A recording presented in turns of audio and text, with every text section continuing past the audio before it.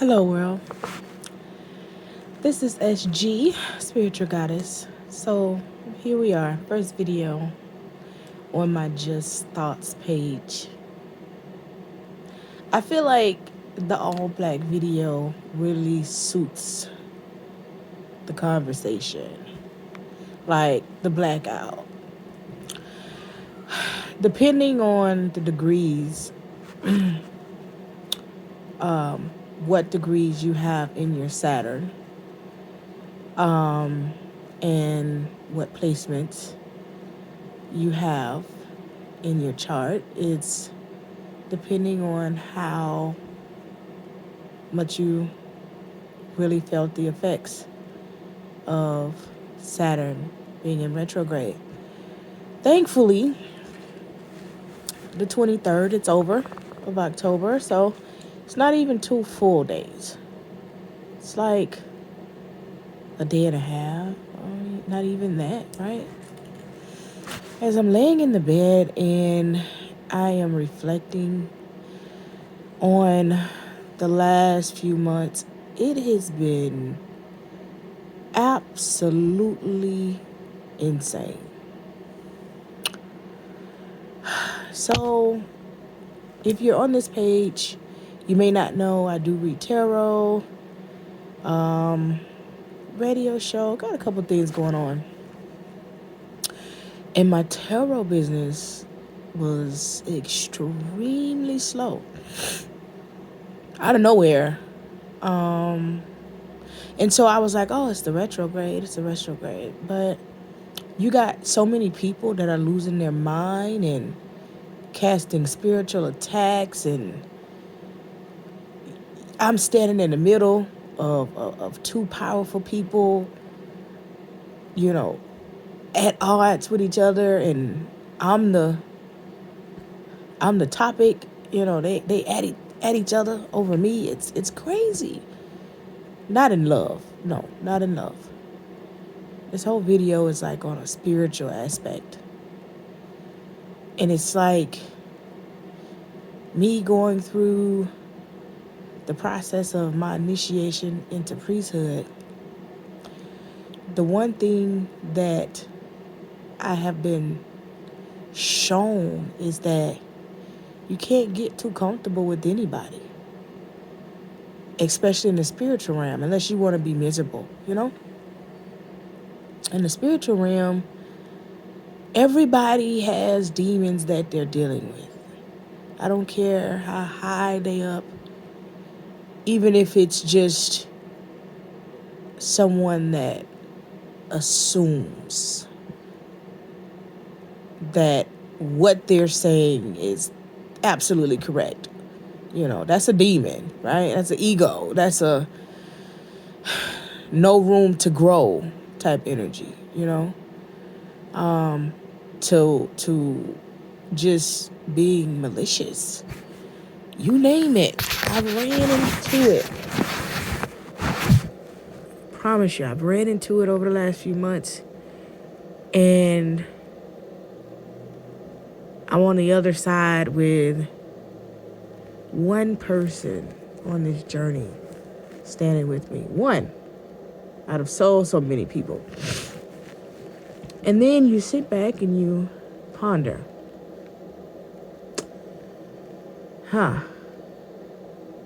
Is this the last man standing, or is this energy good for me? In my case, it's the last man standing, but I'm pretty sure that everybody needs to think about that, Whoever you come on the opposite side of the retrograde with, is this actually the last one standing, or is this something that's not good for me that I'm holding on to?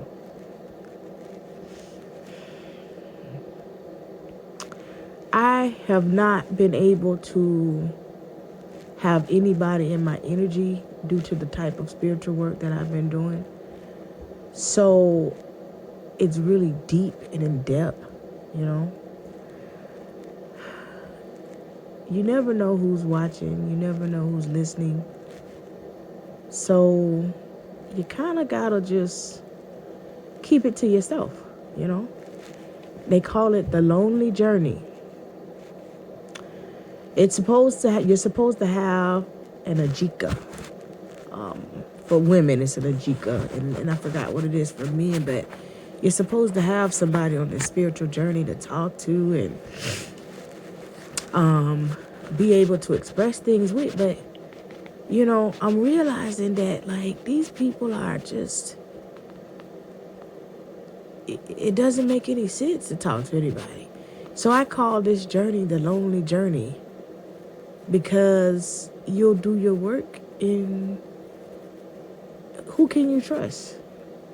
Who can you sit down and open up to that has your best interests at heart, that will not get jealous, or that just is outright sane enough to handle a spiritual conversation. I think that's why I named this page Just Thoughts. Yeah. I'll probably have black screens and just talk about what I'm thinking about, right?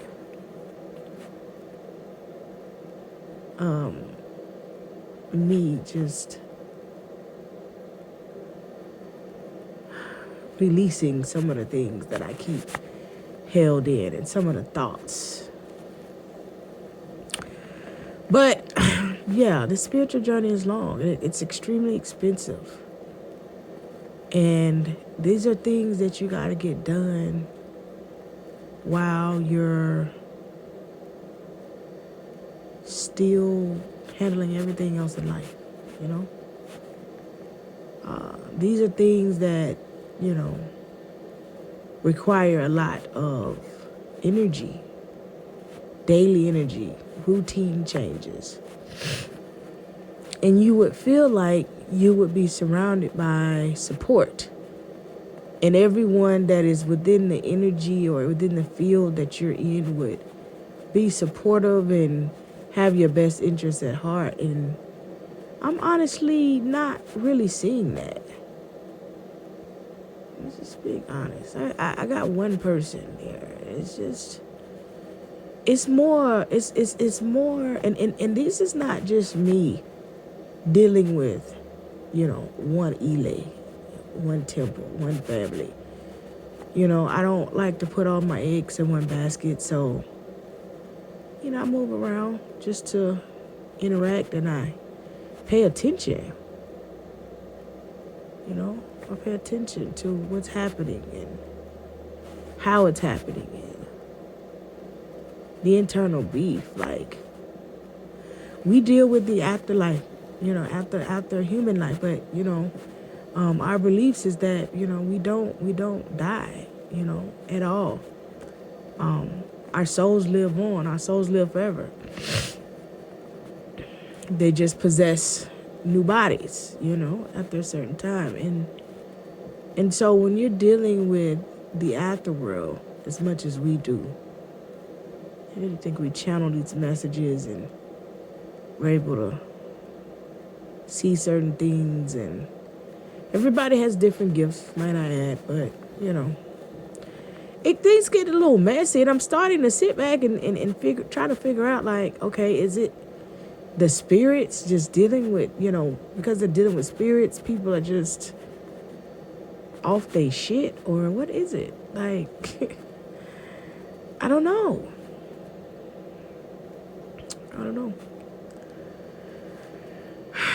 It's crazy though. And you gotta be careful, because if you don't know a language, or you don't know what's happening, they will try to like get over on you.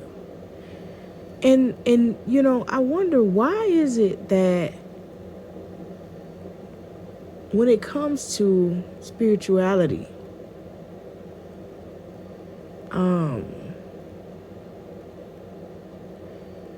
people feel as though, especially dealing with, you know, African spirituality, right? You know, African Americans, you have Africans, you know, over there, you know, it comes from Africa. And I think that people get way too caught up on the name, feeling like the only way that you're going to experience this spiritual height is by going to Africa. You know, I had this conversation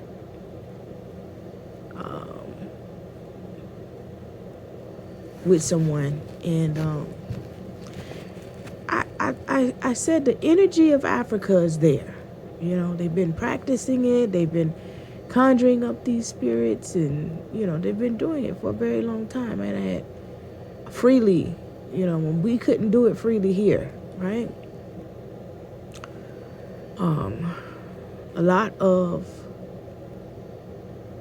our people were, our ancestors were stolen and brought here, right?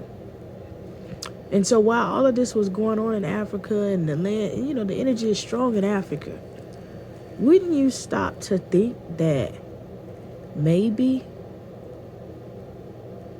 just maybe, our energy is just as strong here? Just maybe.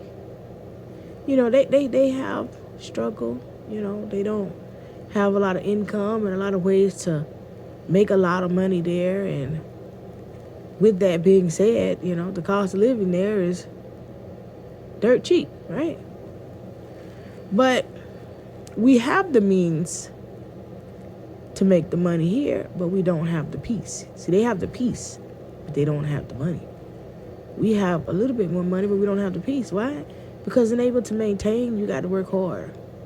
When our ancestors were moved from Africa and they came here, they fought. They were scared. They had so much energy conjured up into them. Why do you think every year the hurricane route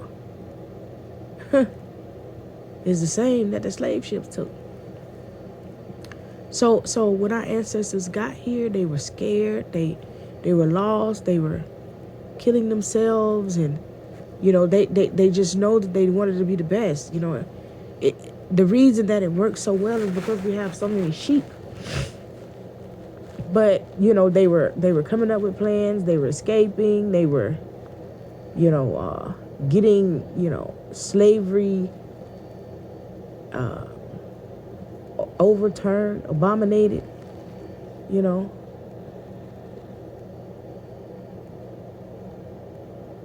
It's one of those things that, let's say abominated. Child, okay, I'm tired. It's one of those things that, with the energy and the prayers and things like that, we are just as strong. We're just as powerful here. Don't ever forget that. No, we don't treat each other the same, or we don't speak those words, and we don't treat our partners we're dating the same, but it's the same amount, if worse. They are cutthroat, dog eat dog world, you know. We gotta stop being so quick to hand over our power, our spiritual power, right? Whether it's religion or tradition, whatever it is. You gotta stop being so fast to hand over your spiritual power just because you think something is greater than you, or because you've told that, or you've been told about someone else's story. Don't forget your egungun. Don't forget your egun story.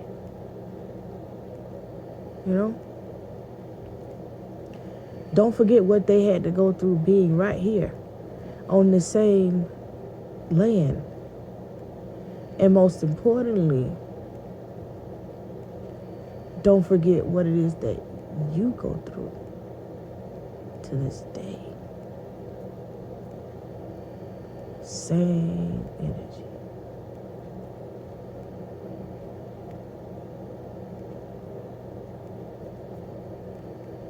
I don't know.